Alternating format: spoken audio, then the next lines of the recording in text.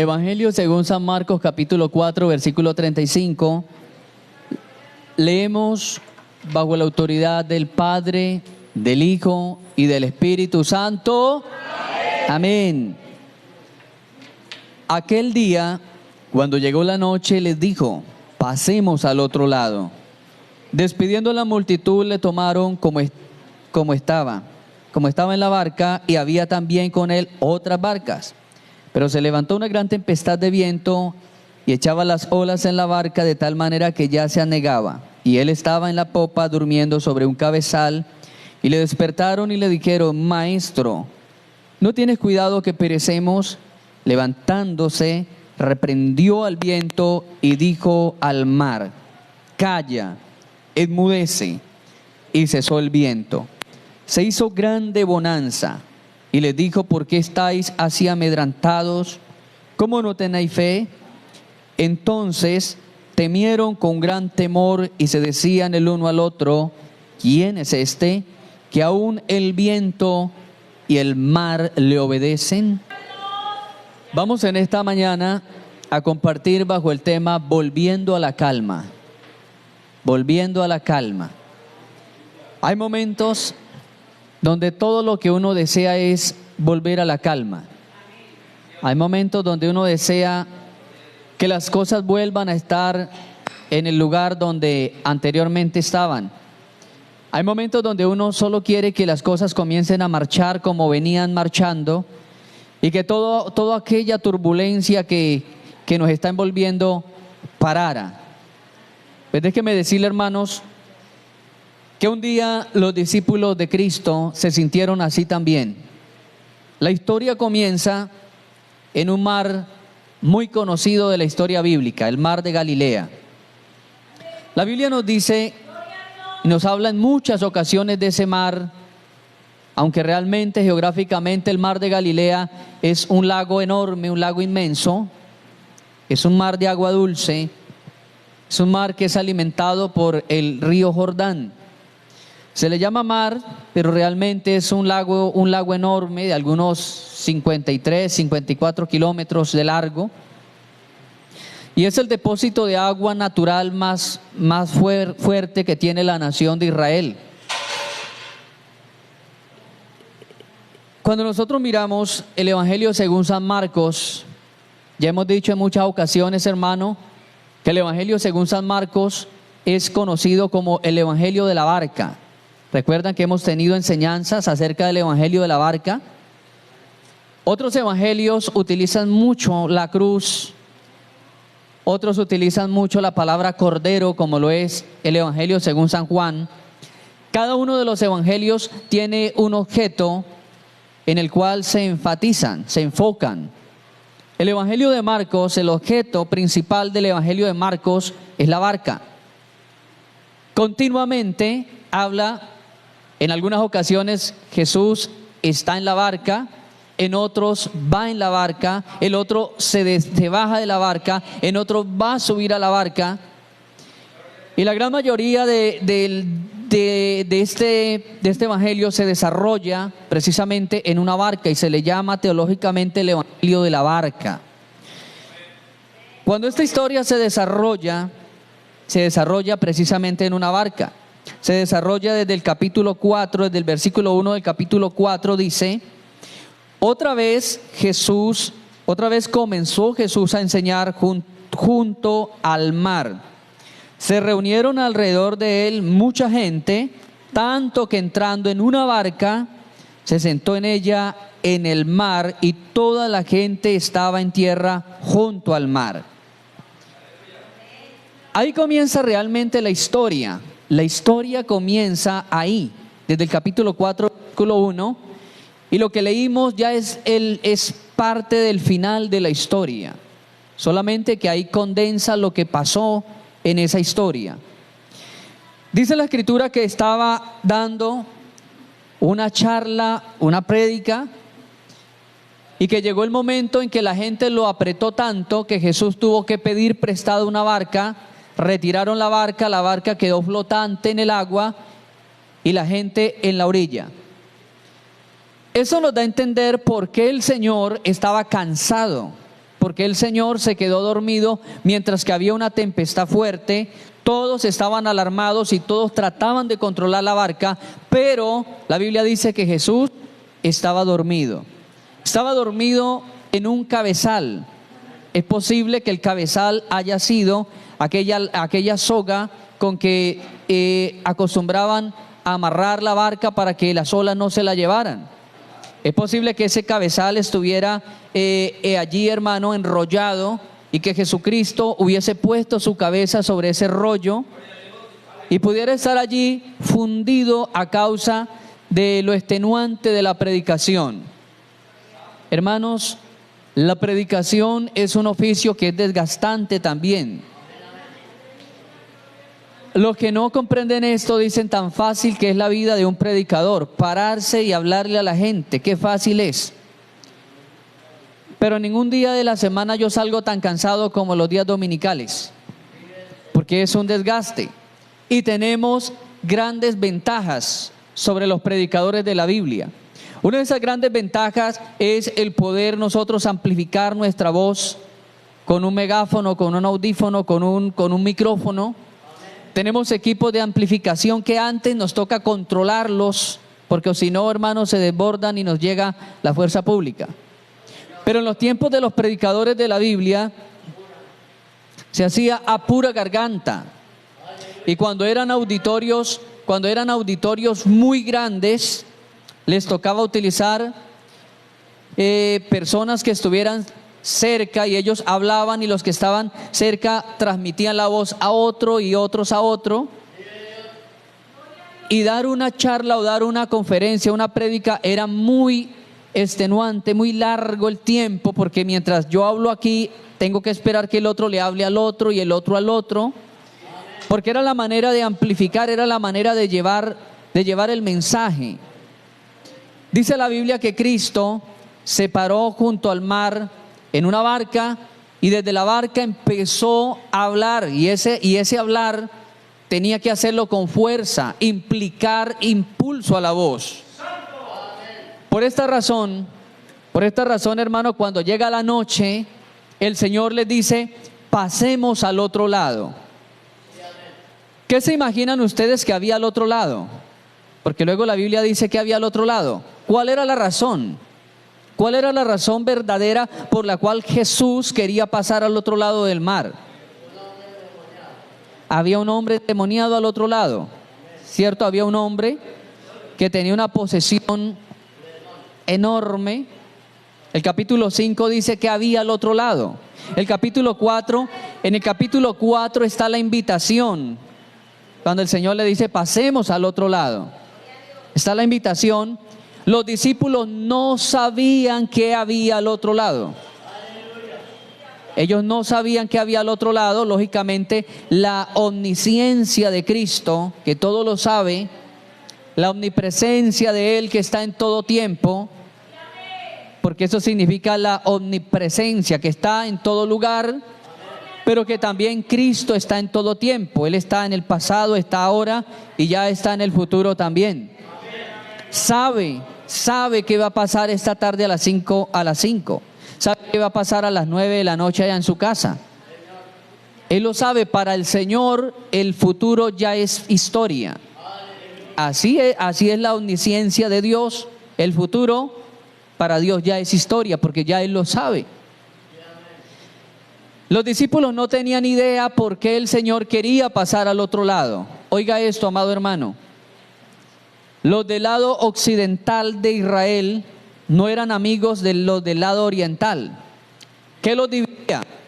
Había una línea hídrica que se llama Río Jordán, y el río Jordán hacía la división entre 3 provincias de Israel y las otras 3. Geográficamente Israel estaba dividido en 6 provincias. Las más conocidas, las que más conocemos nosotros, son las 3 de Occidente, donde Jesucristo desarrolló el 98% de su ministerio en las 3 del Occidente. Esas 3 del Occidente se llamaban, muy conocidas en la Biblia. Galilea era una, exacto. otra conocida. Judea era la otra. Y había otra. Samaria. Samaria. Hermano, si quiere apuntar, apunte eso, hermano. Usted no pierda esa buena función de traer en qué apuntar. Acuérdese que hay que traer 3 cosas a la iglesia. ¿Qué son? Biblia, papel y lápiz. Biblia, papel y lápiz. Usted siempre traiga a la iglesia Biblia, papel y lápiz. Las 3 provincias donde Cristo ejerció el 98% de su ministerio, las 3 provincias se llamaban Samaria, Galilea y Judea. Ahí desarrolló el Señor el 98% del ministerio. Al otro lado del Jordán, al lado oriental, habían otras 3. Esas 3 provincias no eran amistosas con las otras, porque acuérdese, hermano, que había un problema desde el tiempo de la conquista, desde el tiempo de Josué. Ellos se dividieron. Recuerdan que cuando llegaron a tierras de Moab, hubo una propuesta para Josué y para Moisés. ¿Cuál fue la propuesta en el lado oriental donde estaba la tierra de Moab? ¿Cuál fue la propuesta? Que 3 tribus dijeron: nos quedamos aquí. ¿Cuáles eran? Rubén, Gad y la media tribu de Manasés. Rubén, Gad y media tribu de Manasés, porque Manasés era una tribu muy grande, y media tribu decidieron que se quedaban al otro lado. Mientras que el resto de Israel pasarían a la tierra de Canaán, que era la tierra prometida por el Señor.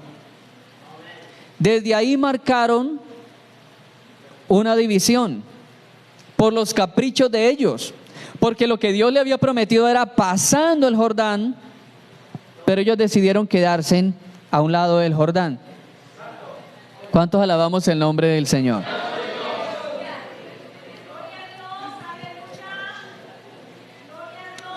¿Por qué no eran muy amistosos? No eran muy amistosos los israelitas que estaban al occidente con los que estaban al oriente. Porque en el tiempo de la conquista de los griegos, posterior a ello los romanos y los griegos se apoderaron de la parte oriental, donde se quedaron las 2 tribus y media, y formaron una provincia pequeña que le llamaban Decápolis. Y Decápolis significa la región de las 10 ciudades. Deca es 10, polis ciudades, las 10 ciudades.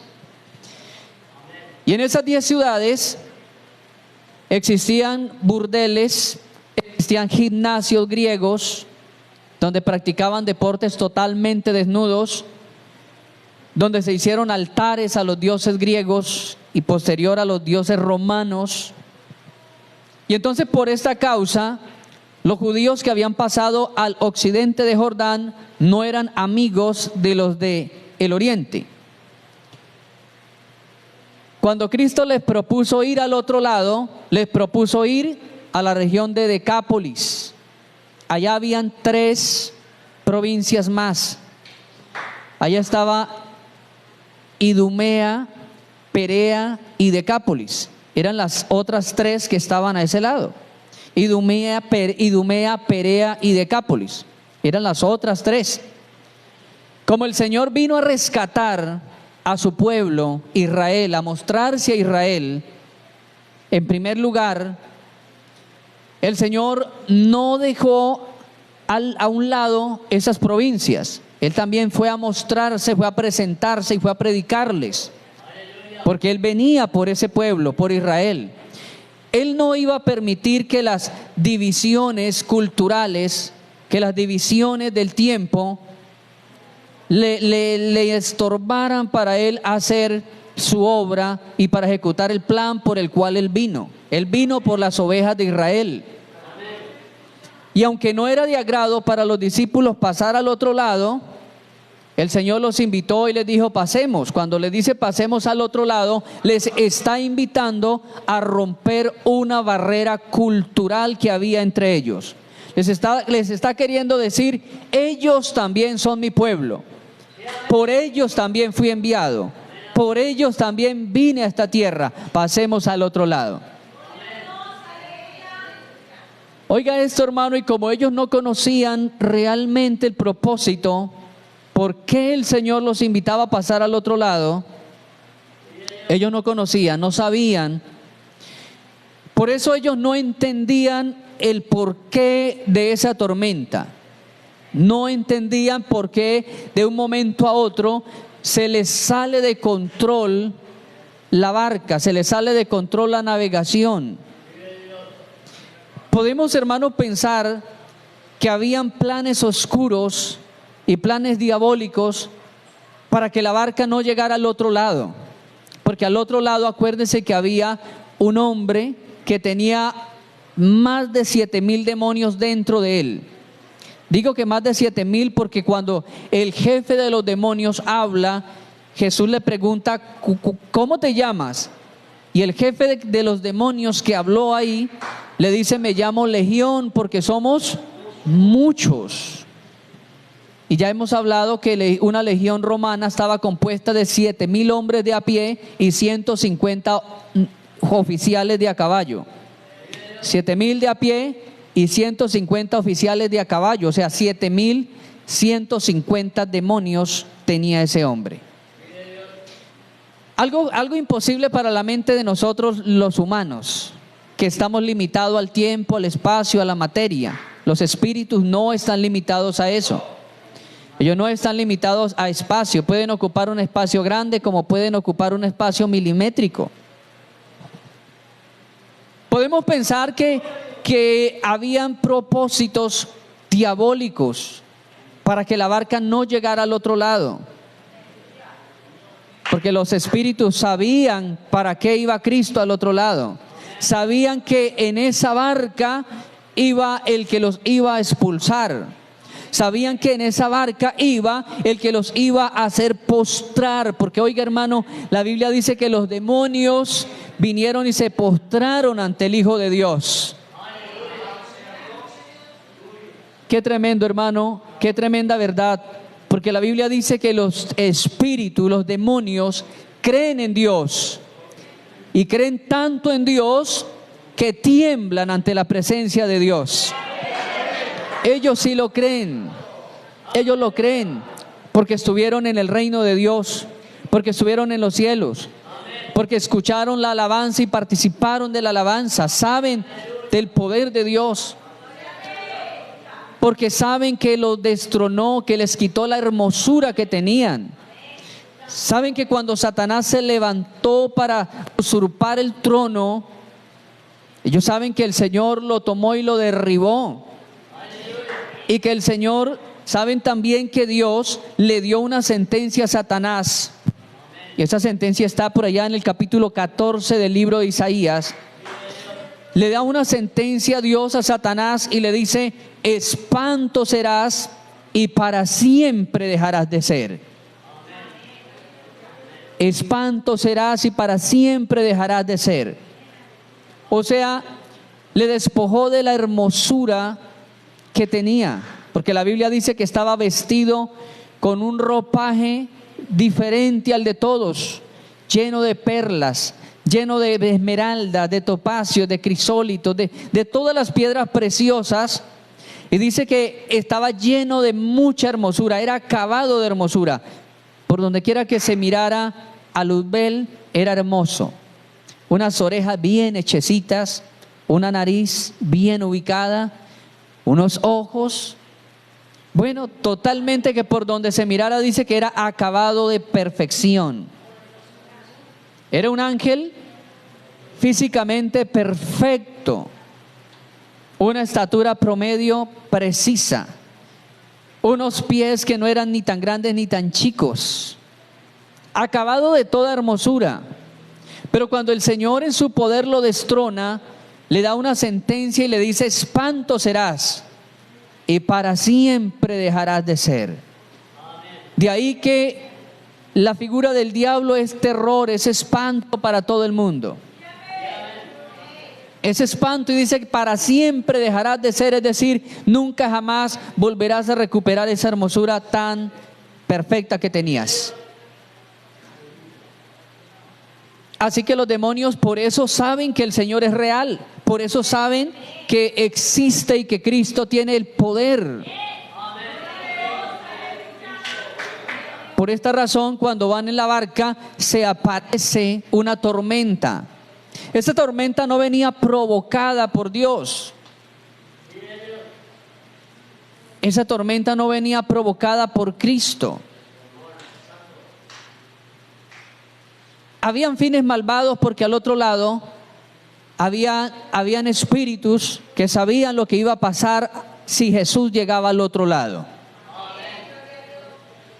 ¿Sabe, hermano, que el enemigo tratará de que su barca no llegue al otro lado? Porque si su barca llega al otro lado, ellos tendrán que salir corriendo porque Dios le va a usar a usted. Porque Dios le va a levantar a usted.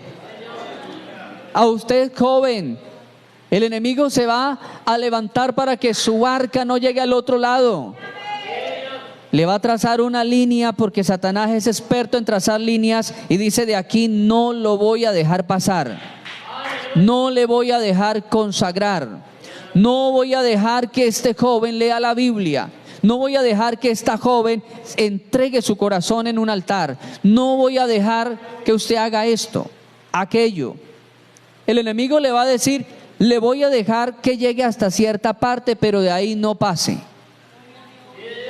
Así es Satanás, que Dios lo reprenda. Nos traza líneas para que nuestra barca no llegue al otro lado. La historia se divide en dos. La historia de esa barca que estaba a punto de hundirse se divide en dos. La primera parte, la incredulidad de los discípulos, y la segunda parte, el sueño de Jesús. Dos cosas que son totalmente opuestas: la incredulidad de los discípulos y el sueño que Cristo estaba dándose. Miremos, hermano, cómo actuamos nosotros, pero cómo está el Señor frente a lo que nosotros estamos viviendo. Una cosa es la realidad que vivimos y otra cosa es la verdad de Dios. Ahí podemos mirar las dos cosas. Una, la realidad de los discípulos, pero la otra, la verdad de Jesús. La realidad de ellos era que la barca se había salido de control. Recordemos que habían al menos 4 pescadores muy expertos. Gente experta dentro del equipo de trabajo del Señor. Habían 4 apóstoles que la Biblia los identifica como pescadores profesionales: Pedro, Andrés, Juan y Jacobo. 4 pescadores que dice la Biblia que cuando el Señor los llamó, estaban arreglando las redes. Cuando Dios los llamó, Pedro estaba con Andrés tirando la atarraya, tirando allí la red. Y recordemos que habían 4 hombres, al menos 4 hombres expertos en el agua, expertos en la marea, porque eran pescadores. Pedro era dueño de varias barcas. Entonces, uno no explica cómo esa gente tan experta pierde el control de la barca. Repito, porque la tormenta no era una tormenta natural. No era un viento normal, no era una enfurecida, una marea normal. Lo que estaba pasando allí era algo sobrenatural.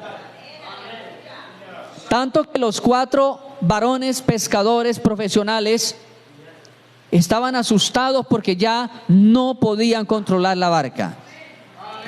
Habían vientos contrarios.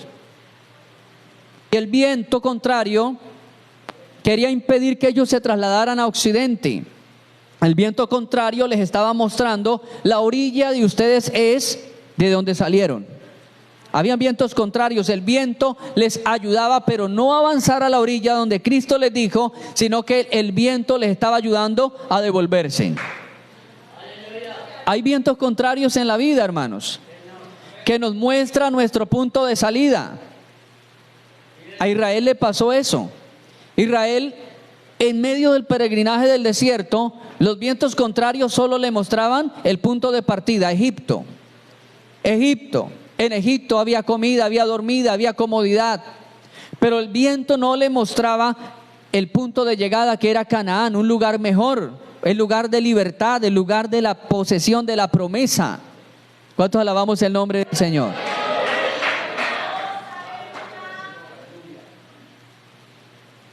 Saben, amados hermanos, que cuando el Señor es despertado, lo primero que el Señor calma, tiene que hacer dos calmas. Primero calma el viento y el mar, y luego tiene que calmar a los discípulos, porque estaban agitados, alterados, preocupados, asustados.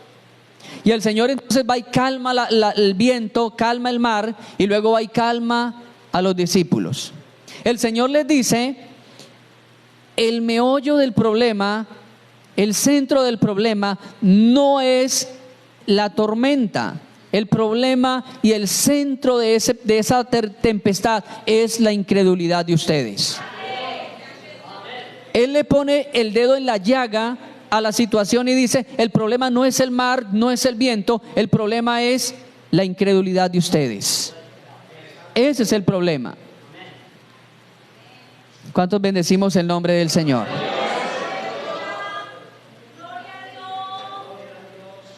Esa era la fuente de la tempestad. Porque si ellos actúan en medio de esa tempestad de otra manera, entendiendo que con ellos estaba el Maestro, entendiendo que Jesús iba con ellos, si ellos entienden y si ellos hubiesen dicho, tranquilicémonos porque el Señor va con nosotros. Tranquilicémonos, nada nos puede pasar porque Jesús está con nosotros.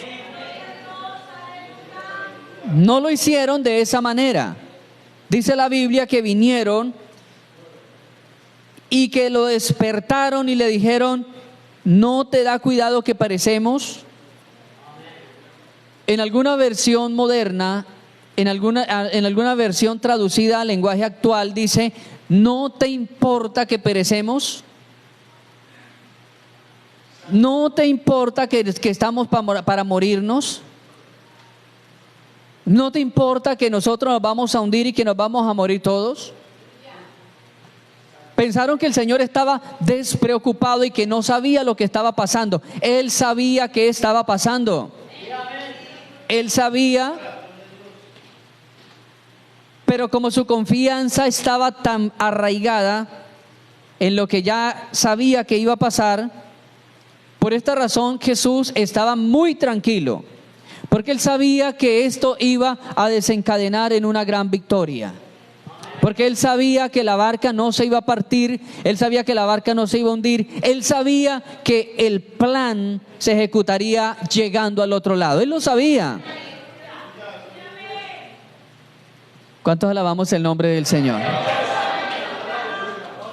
¿Sabe, amado hermano, cuál es el problema de nosotros como iglesia? El problema de nosotros como iglesia es que no sincronizamos nuestra mente a la mente de Dios. No sincronizamos nuestra mente a lo que Dios tiene para nosotros. Y hay que hacer una sincronización, así como cuando usted va a poner música en un bafle. Usted va a poner música en un bafle y usted de inmediato tiene que activar en su dispositivo, activar allí un mecanismo inalámbrico que se llama el Bluetooth, ¿cierto? Y usted puede tener el Bluetooth activado y la música sonando, pero si el otro equipo, el que le recepciona, el que va a amplificar, no está sincronizado, no habrá música en el parlante. Gloria al nombre del Señor. Porque no se ha sincronizado, hermano. Y como iglesia tenemos que aprender a sincronizar nuestra mente a la mente del Señor también. Que Él nos ha dicho, calma, que yo estoy con ustedes. Y aprender a sincronizar mi mente a lo que Él me prometió, a lo que Él me dijo. Pero a veces hacemos todo lo contrario, hermano. Sincronizamos la mente con lo que otro nos dice. De pronto el médico va y nos dice que nos falta un mes para morirnos. Y entonces le creemos a esa palabra, sincronizamos nuestra mente al conocimiento de él, del médico, que en su momento es un hombre que sabe, pero que tiene muchas limitaciones, porque es humano también.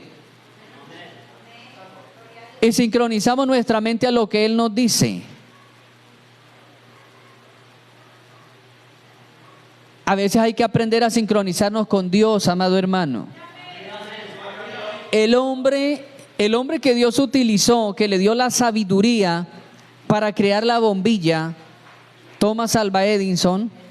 La historia dice que Thomas Alva Edison fue rechazado en muchas escuelas porque tenía un problema de retardo de aprendizaje, lagunas mentales. Tenía problemas de aprendizaje Thomas Alva Edison. Y cuando él llegó a la edad de 14 años, en las escuelas de primaria no lo recibieron en ninguna escuela porque ya estaba muy grande para aprender a leer y a escribir. Lo expulsaron.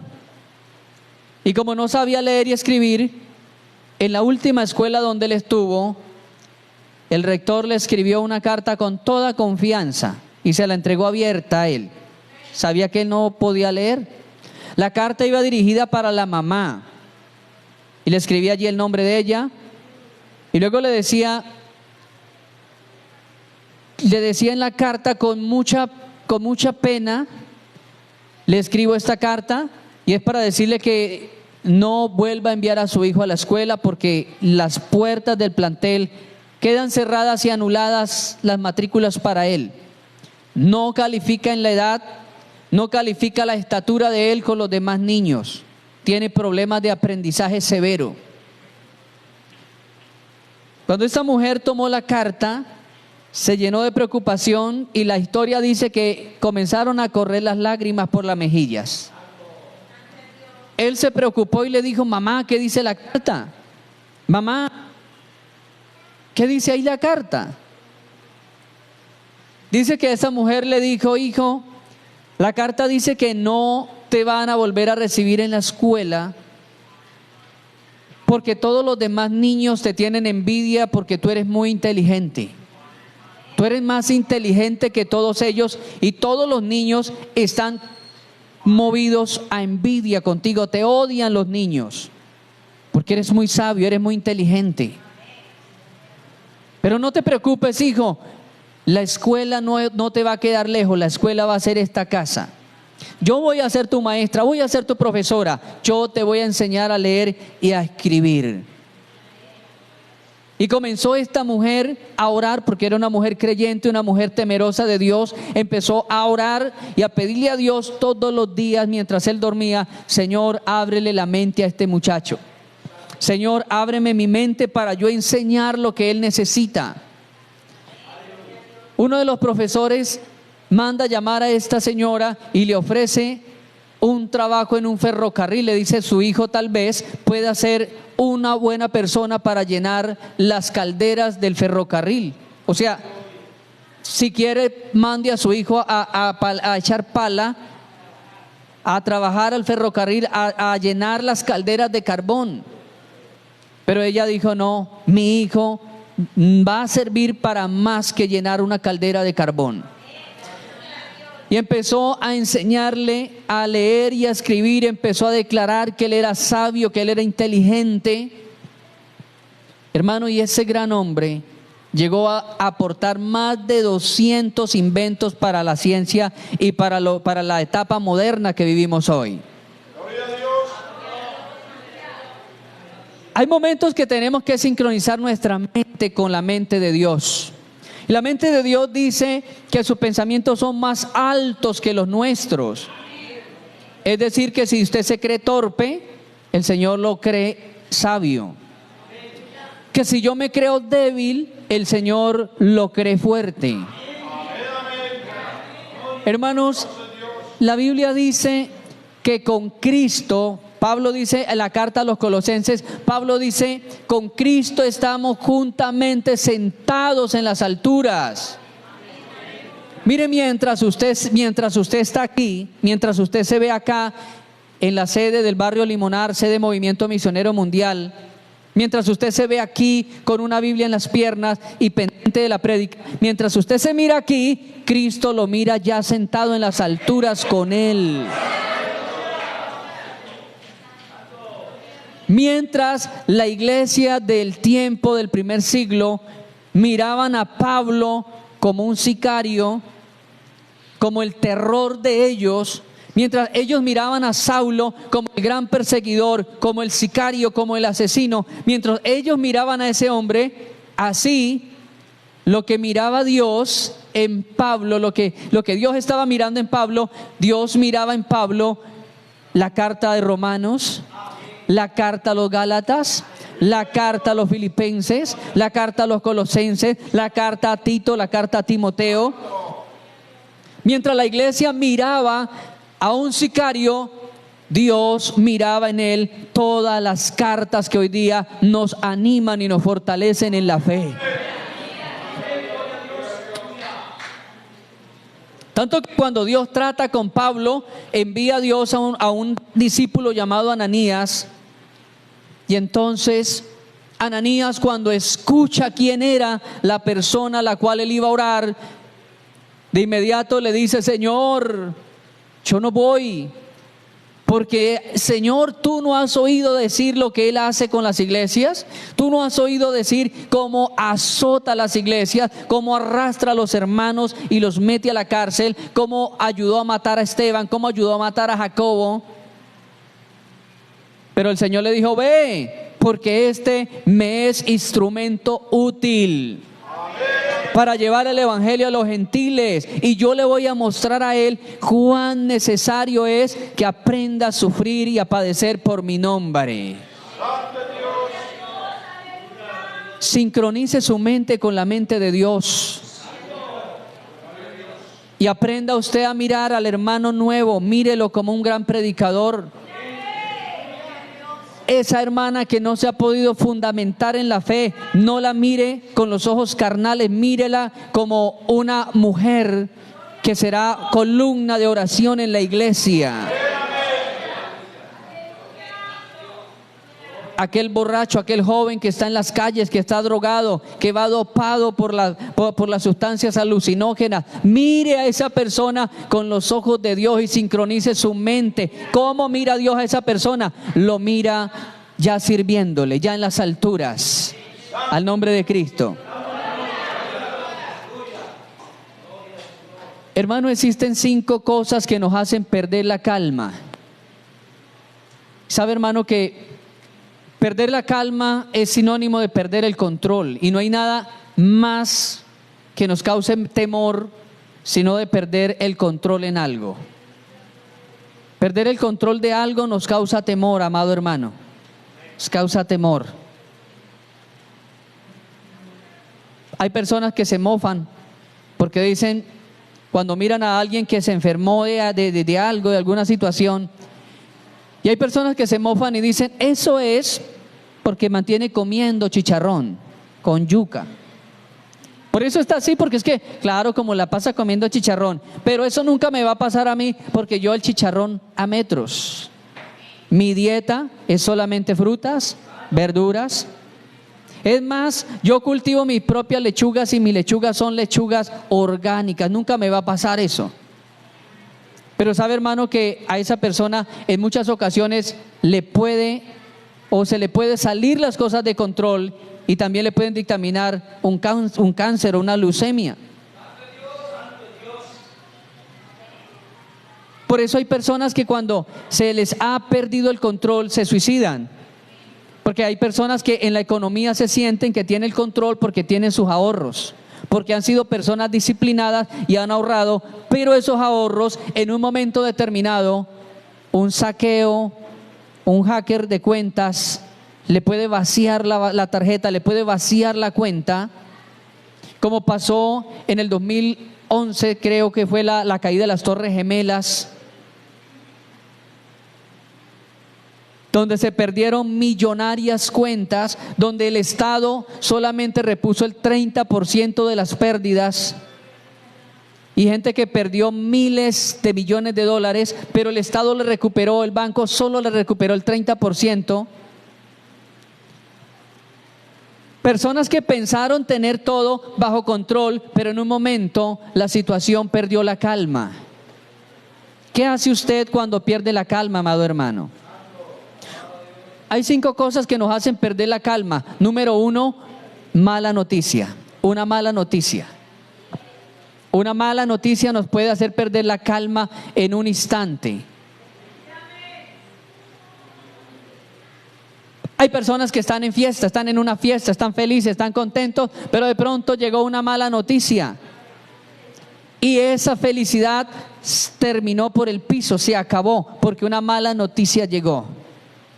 Yo les he contado a ustedes de aquel hombre, hermano, que fue a donar sangre, fue a hacer una donación de sangre para un tío que se había accidentado. Y normalmente se le hace un examen de rigor para mirar la densidad y mirar la calidad de la sangre. Y luego lo llaman, al día siguiente lo llaman para hablarle acerca de la sangre de él y le dice: mire señor, su sangre no sirvió. La jefe de enfermera le dice: su sangre no sirvió ni servirá jamás, porque lastimosamente su sangre está contaminada de VIH-Sida. Un joven de 28 años sale corriendo, se va para su casa y empieza a sincronizarse con esa noticia. Empieza a imaginarse cómo seré yo cuando el proceso del SIDA comience en su etapa más pronunciada. Cómo empezaré a enflaquecerme, cómo empezaré a llagarme, cómo empezaré. Y empieza él, cuando se dé cuenta mi mamá, cuando se dé cuenta mis amigos, cuando se dé cuenta mi novia, y empieza cuando se den cuenta en el trabajo, y empieza él a montarse toda esa película, y empieza a mirar allí por internet personas en etapa final de SIDA. Imágenes, videos, y comienza él a decir: yo no voy a esperar que ese momento me llegue. Sube a la terraza, al 4º piso, se lanza de cabeza y se suicida. Se desboronó ante la noticia. Pero el día después llegan a esa misma casa personal del hospital a disculparse, a pedir perdón, y con unos exámenes originales. Llegan allá a disculparse porque habían confundido las muestras de sangre. La sangre de él no estaba contaminada con SIDA. Demasiado tarde. Una mala noticia le desequilibró emocionalmente. ¿Cómo tomamos nosotros las malas noticias, amado hermano? Nos desesperamos, salimos corriendo, pensamos en que morirnos es lo mejor, en que si cerramos los ojos y los abrimos por allá en 20 años sería mejor. ¿Cómo tomamos nosotros las malas noticias? ¿Nos dejamos ir a la lona? ¿Nos dejamos ir al piso? ¿Cuántos alabamos el nombre del Señor?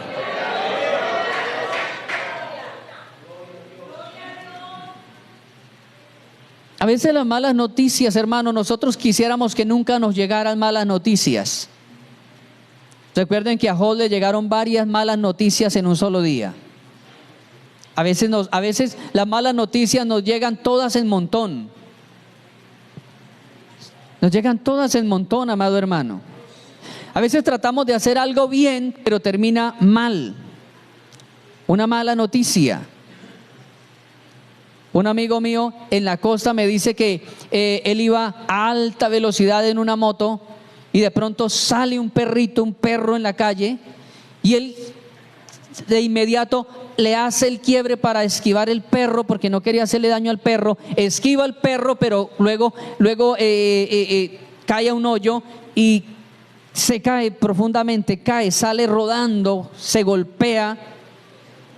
Y dice que lo más tremendo es que llego y me caigo y el perro que traté de evitar para salvarlo se fue corriendo y me mordió 2 veces ahí en el piso. ¿Cómo le podríamos llamar a eso, hermano? ¿Mala suerte? Momentos difíciles, un remordimiento, dice el hermano, porque lo mordió 2 veces. Pasa así, hermano. A veces todas las cosas empiezan a llegarnos. A Job le cayeron todas las cosas en un solo día. Llegaron y le dieron la noticia. Los árabes llegaron y se llevaron los camellos. Los sabeos mataron a los siervos. Fuego del cielo cayó y consumió las ovejas. Un viento oriental vino y derribó la casa y mató a sus 10 hijos. Job estaba sincronizado con Dios. Y dice la Biblia que Job se arrodilló, levantó su rostro al cielo y dijo: Jehová quitó, Jehová dio, Jehová quitó, y sea bendito el nombre de Dios. Tenía su mente sincronizada ahí con Dios. Pero ¿cómo tomamos nosotros una mala noticia? Nos quejamos, nos rebelamos contra Dios, le decimos a Dios que Él es injusto porque tanta gente en el mundo y al único que le pasa eso es a uno. ¿Cómo tomamos esa mala noticia? A Ezequías le llegaron con una mala noticia, una carta, y dice que los ancianos, dice que ellos se asustaron, pero Ezequías fue al templo, puso las cartas en el altar y le dijo: Dios, mira estas cartas, mira lo que me están escribiendo, mira lo que está ahí. Y dice que se fortaleció en Dios y Dios le respondió a Ezequías. ¿Cómo tomar una mala noticia, hermano? ¿Cómo tomar una mala noticia? ¿Cómo nosotros venir ante la presencia de Dios primero, antes que salir corriendo a querer solucionar las cosas? Antes que usted salga a salir corriendo y a agrandar más la noticia, primero venga ante la presencia de Dios. Primero usted dígale: Señor, ¿qué debo hacer con esta mala noticia? Dice la Biblia en el libro de los Salmos que el justo no tendrá temor de malas noticias. Eso no quiere decir que nunca nos vengan las malas noticias. Dice que no tendrá temor. Muy diferente a que la Biblia dijera: al justo nunca le van a llegar malas noticias. No, al justo le van a llegar malas noticias. La diferencia es que el que está sincronizado con Dios soltará esas malas noticias en las manos de Dios. Le dirá a Dios: esta noticia me llegó, pero tus noticias, tu verdad es diferente. La verdad de Dios siempre será diferente a nuestra realidad. La realidad de Marta y María era que el hermano se había muerto, que Lázaro estaba enterrado. Esa era la realidad de ellas. Pero la verdad de Cristo era que Él lo iba a sacar de la tumba. La verdad de Cristo era que lo iba a sacar de allá y que lo iba a poner a predicar otra vez. Tal vez a nosotros nos llegue una mala noticia esta tarde, o mañana, o esta semana, pero aprendamos a tener calma en medio de esa mala noticia. Levante su mano y adore a Dios.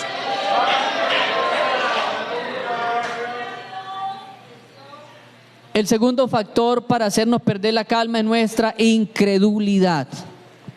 Nuestra incredulidad contribuye a que la calma se pierda con facilidad. Nuestra incredulidad nos hace dimensionar los problemas pequeños en enormes montañas. Y a veces todo tiene que ver con el entorno, hermano. A veces todo tiene que ver con el entorno. El hijo le pregunta a la mamá, y le dice: mami, ¿cuál es el animal más peligroso del mundo? Y entonces la mamá le dice: el animal más peligroso del mundo es la gallina. ¿Saben por qué? ¿Quién era el que estaba preguntando? El hijo de la lombriz. Y claro, para la lombriz el animal más peligroso del mundo era la gallina, porque era el entorno de ellos. Era el entorno. Y a veces nos dejamos envolver del entorno, hermano. Y empezamos a ver peligroso la inflación monetaria, empezamos a ver peligroso la inseguridad social de nuestra ciudad, empezamos a ver peligroso los virus, empezamos, hermano, y caemos en ansiedad.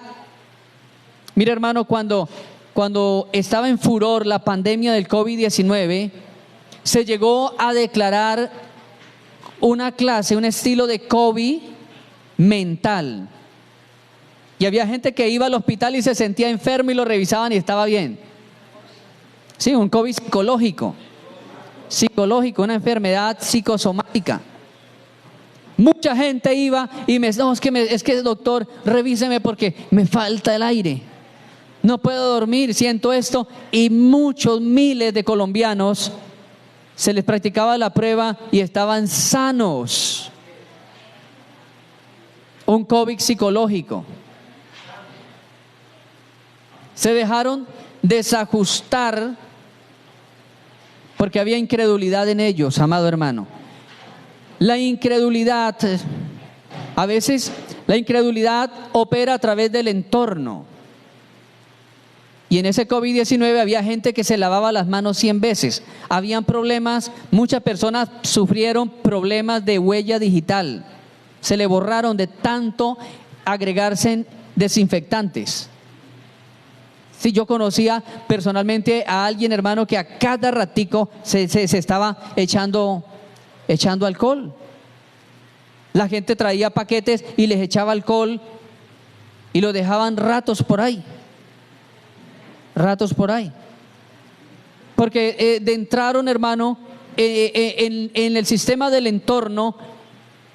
Pero cuando uno va a lo que la Biblia nos enseña, el poder de Dios es más grande que el entorno que yo esté viviendo. La incredulidad es uno de los factores que nos hacen perder la calma. Si usted y yo aprendiéramos a confiar en las promesas de Dios, sabe que el apóstol Pedro dice que tenemos grandísimas promesas. No dice que son grandes, grandísimas promesas. Grandísimas promesas.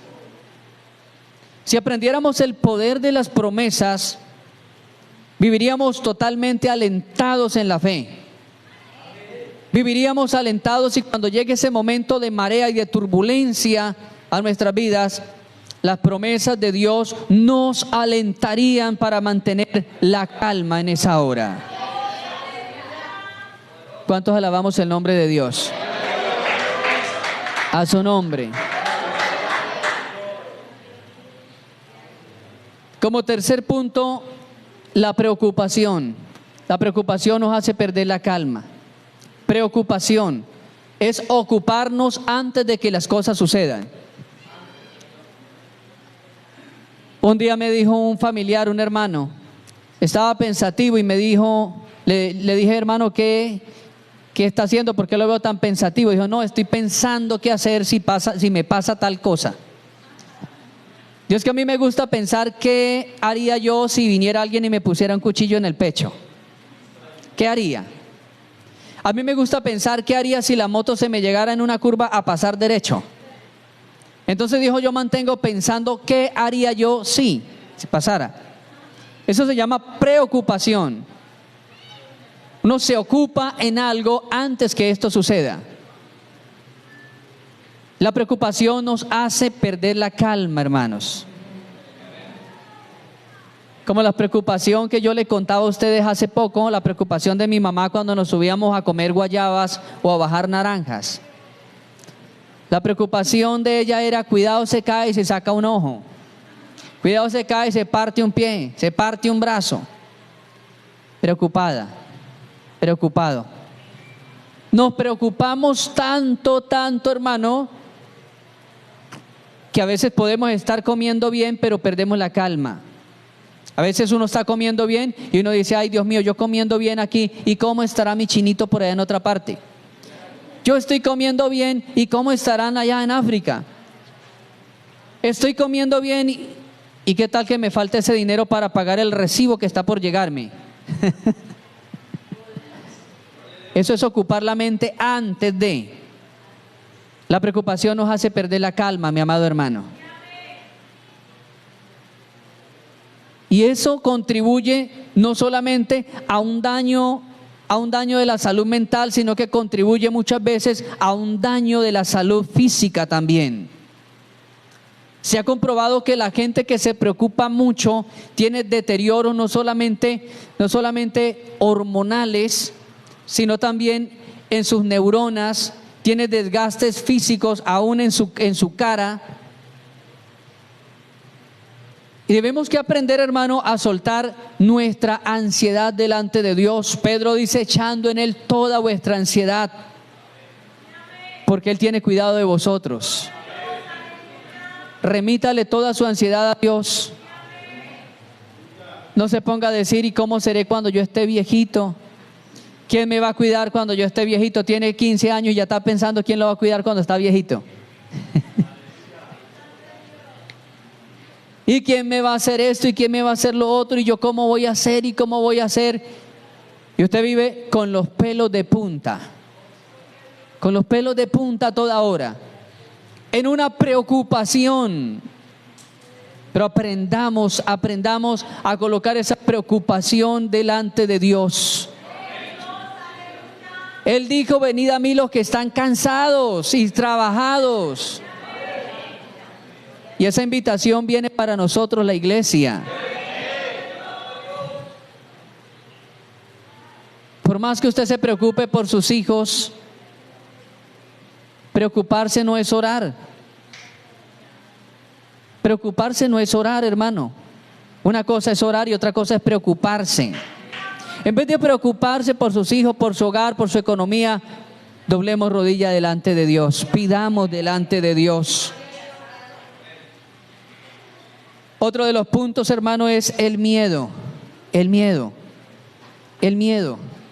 El temor nos hace perder la calma. Dice Proverbios que el miedo nos pone lazo a los pies del hombre. El miedo pone lazo a los pies del hombre. Nos trae caída. Porque en las antiguas estrategias militares, una de las estrategias era colocar lazos por donde iban las avanzadas del ejército. Y en las guerras muchos tendían los lazos y alaban los lazos para hacer tropezar a los guerreros y que los que venían atrás los pisotearan. Era una de las maneras fáciles y convencionales para hacer caer a alguien que iba contra otro. Tender lazo. El miedo nos pone lazo, hermano. El temor a emprender algo. ¿Qué tal que yo quede mal? No me comprometo porque de pronto le quedo mal. No entrego mi corazón a Cristo porque de pronto no puedo cumplir, porque de pronto no puedo hacerlo. Y ese temor es un temor que es alimentado por el infierno. Alimentado ese temor por el infierno. Para que nosotros no crezcamos, no avancemos, para que no hagamos el plan, no ejecutemos el propósito de Dios. Por último, hermano, el último factor que nos roba, hermano, la calma es la culpa. La culpa. Cuando vivimos siempre culpándonos de que lo que estamos pasando es por los errores que yo he cometido. Y vivimos culpándonos y culpándonos y culpándonos siempre. Claro, hay un momento donde hay que arrepentirnos. Hay un momento donde hay que ser sinceros con Dios. Hay un momento donde tenemos que venir, remitir nuestras culpas a Dios. Pero esa culpa hay que soltarla, hermano. Porque si el Señor no tiene el poder para quitar y llevar esa culpa, llevarla a la cruz, si el poder de Dios no es lo suficiente para que esa culpa sea quitada, nadie lo puede hacer por Cristo. Vendríamos a ser, hermano, como el religioso que cada año en la Semana Santa viene a purgar sus culpas con unos látigos y andando de rodillas y dejando carnes y sangre regada por los pisos. La culpa nos roba la tranquilidad, nos roba la calma. Pensamos, ¿será que esto que estoy pasando es castigo de lo que yo hacía hace 20 años, de lo que yo hice hace 10, lo que hice hace 5 años? No, hermanos, sencillamente vienen situaciones y Dios permite tormentas, pero oiga bien esto, Dios le permite al diablo levantarnos tormentas, a los justos, a la iglesia, Dios le permite al diablo levantar tormentas, pero lo que Dios no le permite al diablo es que triunfe sobre el justo. Levanta tormentas alrededor del justo, pero Dios no le permite triunfar sobre el justo. Porque en esa tormenta se manifestará el Cristo de la gloria. En esa tormenta se levantará y reprenderá al mar, reprenderá al viento, reprenderá a los demonios. En esa tormenta Él se pondrá de frente y le dirá a la tormenta: enmudece, calla. Amado hermano, su tormenta tiene un límite.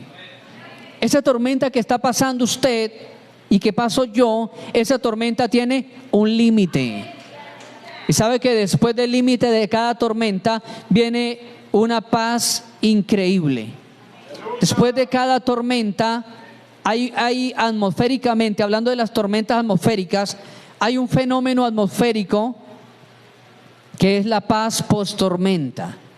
Paz post-tormenta. Pero también atmosféricamente hay algo que se llama paz pre-tormenta. Algunos minutos antes de llover torrencialmente hay una paz y un remanso, que no hay viento y los pájaros dejan de cantar. Y cuando todo está en silencio y no ha llovido, es una paz pre-tormenta y uno dice: va a llover, está que llueve.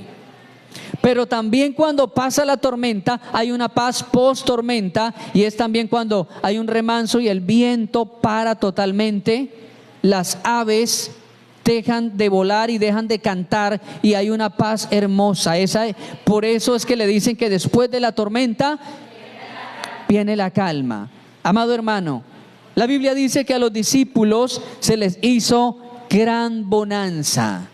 Después de esa tormenta que usted está atravesando, el Señor tiene una gran bonanza. Cuando Jehová hiciere volver de la cautividad, seremos como los que sueñan, dice el Salmo 126. Cuando el Señor nos hiciere volver de la cautividad, seremos como los que sueñan. Nuestra boca se llenará de risa y nuestros labios se llenarán de alabanza. Irá andando y llorando el que lleva la semilla, pero vendrá con regocijo trayendo sus gavillas. Amado hermano, no se deje llevar por la tormenta. Hay una calma especial que está ya preparada para que usted disfrute allí su bendición. Y es posible que usted sienta que la barca que se quiebra, pero mientras que Jesús esté en la barca no se va a partir. Mientras que Él sea el capitán, esto no se va a partir. La iglesia no se va a partir. El hogar no se va a partir. La juventud no se va a partir. Su vida espiritual no se va a partir. Dígnese a estar sobre sus pies, amado hermano.